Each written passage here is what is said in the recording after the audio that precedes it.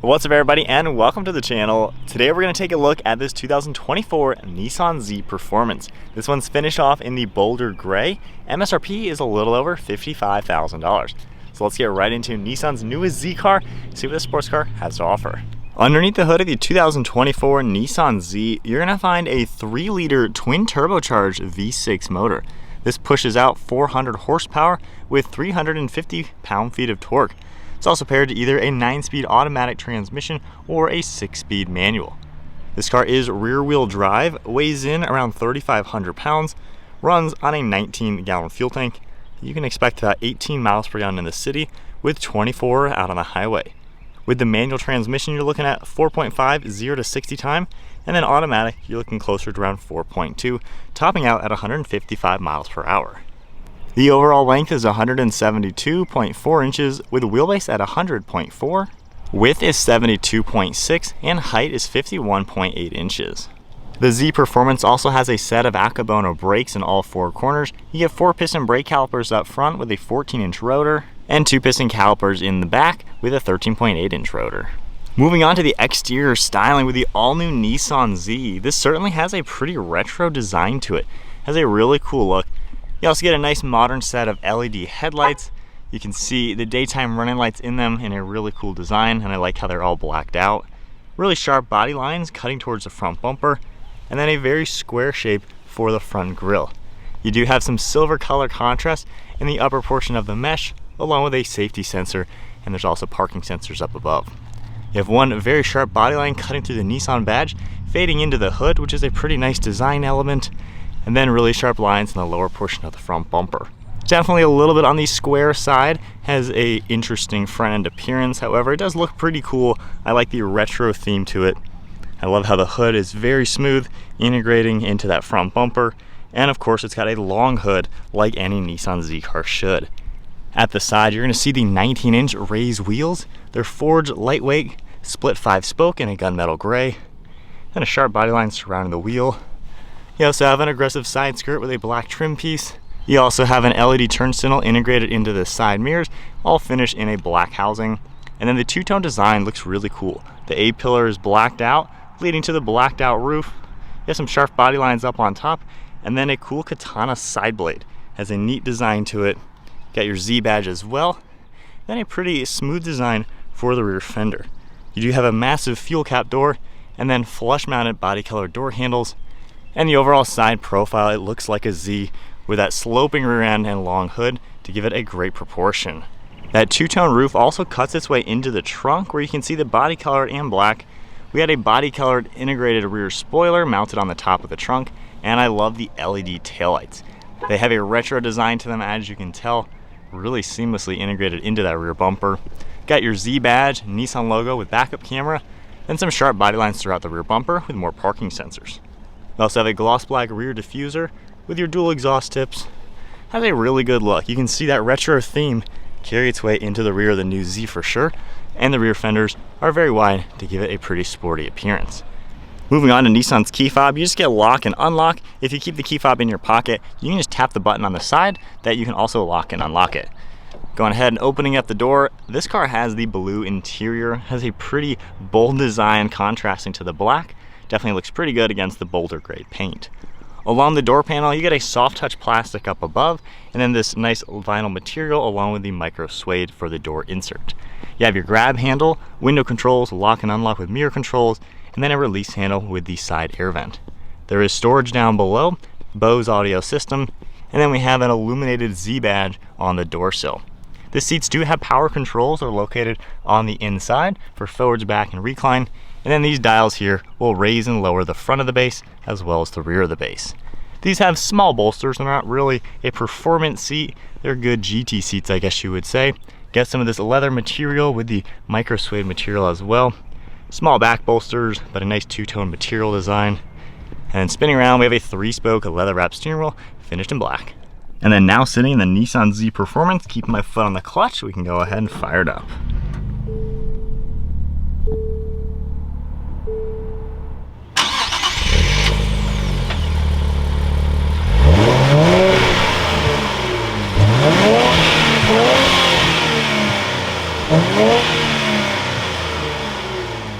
You're going to find a massive LCD gauge cluster with the center mounted tach. You can also see your gear and speed. We have engine temperatures and pressures on the right side, along with a few things on the left side you can scroll down into. So nice to see a few different performance features all throughout this car, and then all sorts of different driving settings you can mess with.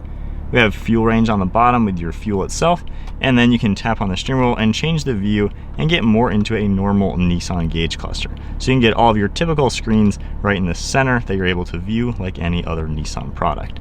So nice to see you have a more traditional design, and then of course being a Z car, you can get that really cool sport design.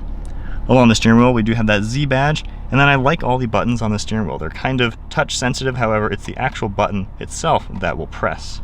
You also have controls on the right side for all the cruise control. On the right stalk, we have all of your windshield wiper controls, and then on the left side, we have the headlights as well as the turn signal. To the left of the steering wheel, we do have our traction control icon, and then a nice bezel over the gauge cluster, and then the 3 analog gauges right in the center. You can see the turbo boost gauge, the turbo RPM, as well as a battery volt indicator.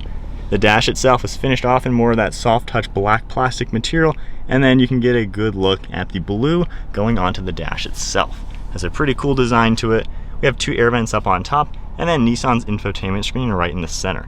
We do have shortcut buttons down below for menu. You also have map as well, shortcut to the camera, and then you can see a few settings there. If I go ahead and put this into reverse, we have a nice backup camera, not really the greatest graphics, however, it'll still do the job.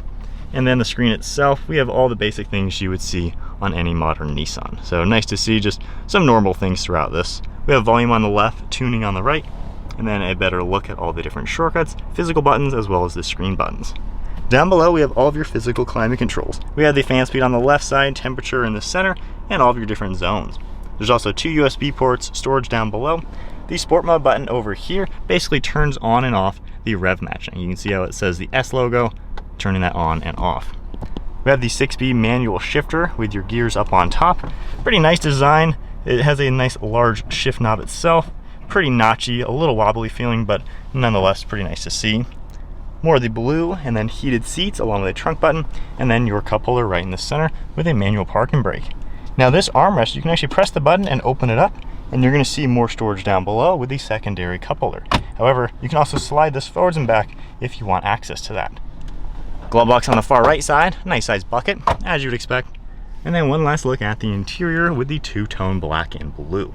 Has a very bold look. It's definitely a lot of blue inside this interior. On the ceiling, you can see just the black fabric, a double bubble design, and then controls up top for SOS, and then we have our dome lights up in front with garage door buttons underneath the mirror. All right, so setting off now in the Nissan Z. Got some good power out of the motor. The steering is actually pretty good. There's a good amount of weight to it to where you feel pretty good in control.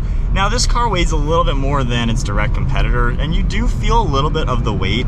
I would say this car drives more like a GT sports car. It's not as pinpointy or nimble as maybe its best competitor, of course, the Supra.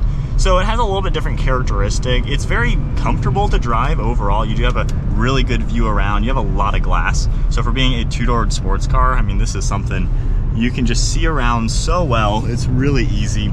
Your left shoulder, checking that, is a little hard to see out of, so that's the only spot. It is also very open interior to where you feel like you have good room. I will say these seats, while they do have a lot of padding to where they're comfortable to sit in, the backs, you can kind of feel the lumbar support back there if you kind of are bouncing a little bit. So they could improve the back support. The bolsters are not that large, so when you're going left to right, there's not the greatest lateral support. And then I feel like my legs are a little too long for this car. I like the bucket seats the Nismo Z is gonna offer. So these feel a little short as a seat. They don't really cradle your legs like a bucket seat would. That's kind of my biggest downfall with the interior. The blue is very bold, it looks cool, it won't be everybody's taste. Now driving this with the stick shift, this is a pretty fun manual to go through the gears. It's pretty forgiving to where it's actually really easy to use. The rev matching also works really well. A little bit of turbo lag, you kind of got to hit closer to 4,000, but it's a pretty fun balance. Now, as far as acceleration, you even get launch control with the stick shift. So you hold the clutch and floor the gas and then just slowly let off the clutch.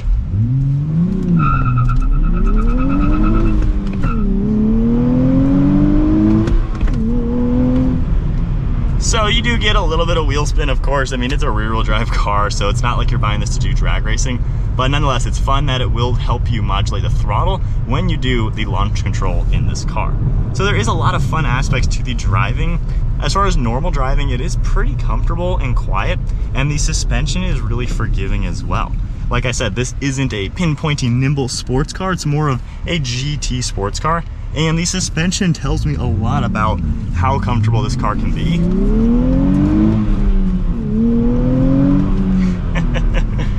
But when you are driving in normal, like let's even go to the normal gauge cluster, which I love the Z1, the other ones look a little too generic.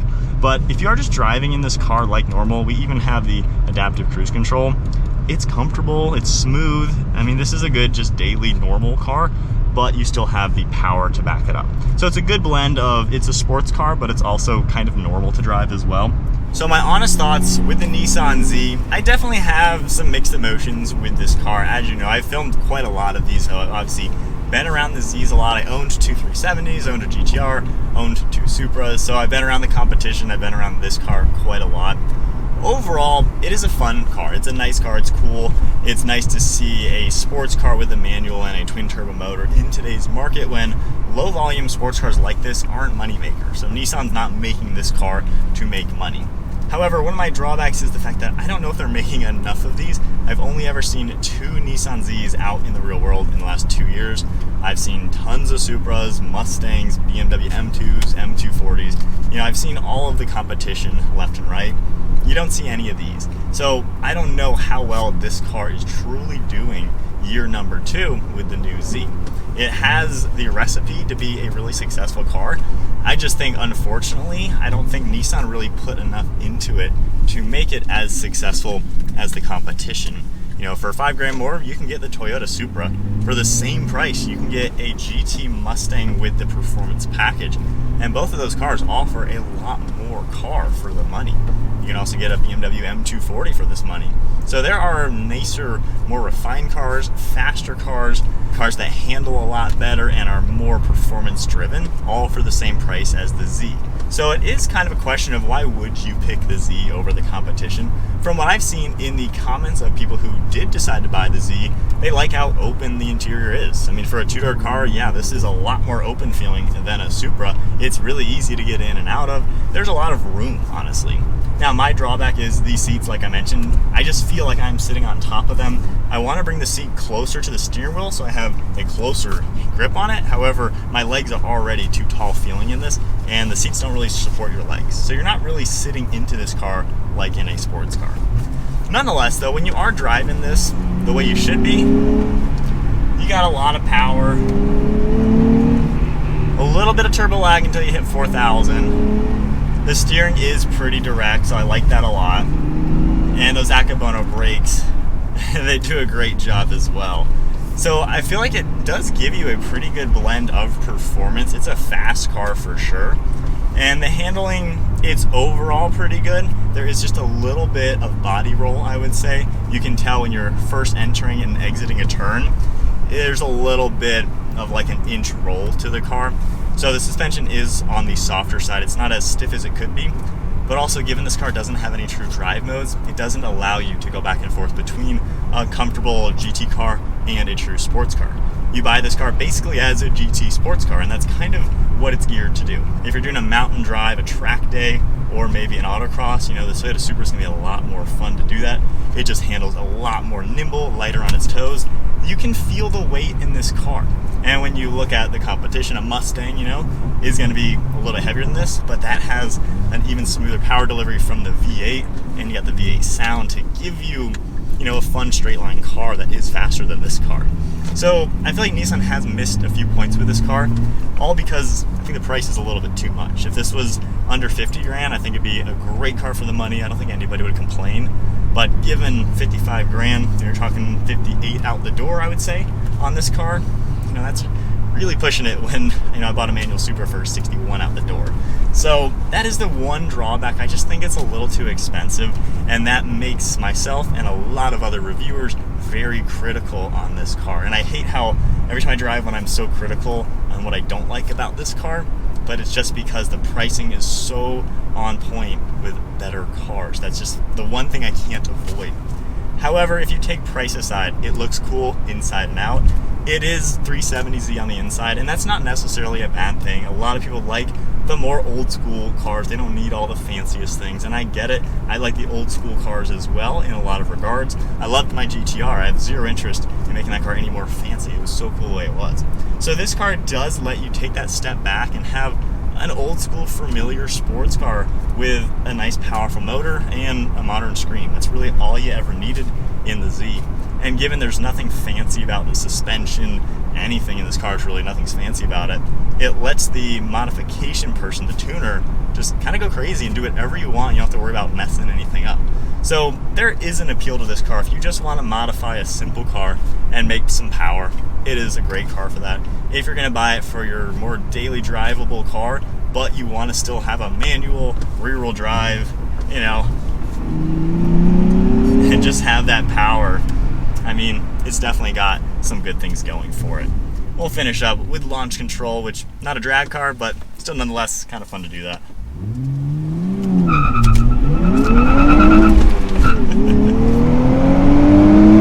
60, not too bad. So, should you buy a Nissan Z? If you want a fun sports car, it is certainly something to look for. But comment below for those of you who bought the Z. Why did you buy it over the competition? What really stood out? I would love to know. So that is it for the 2024 Nissan Z. Cool color combo for sure. If you enjoyed the video, give it a thumbs up, hit that subscribe button, and I'll see you all in the next video.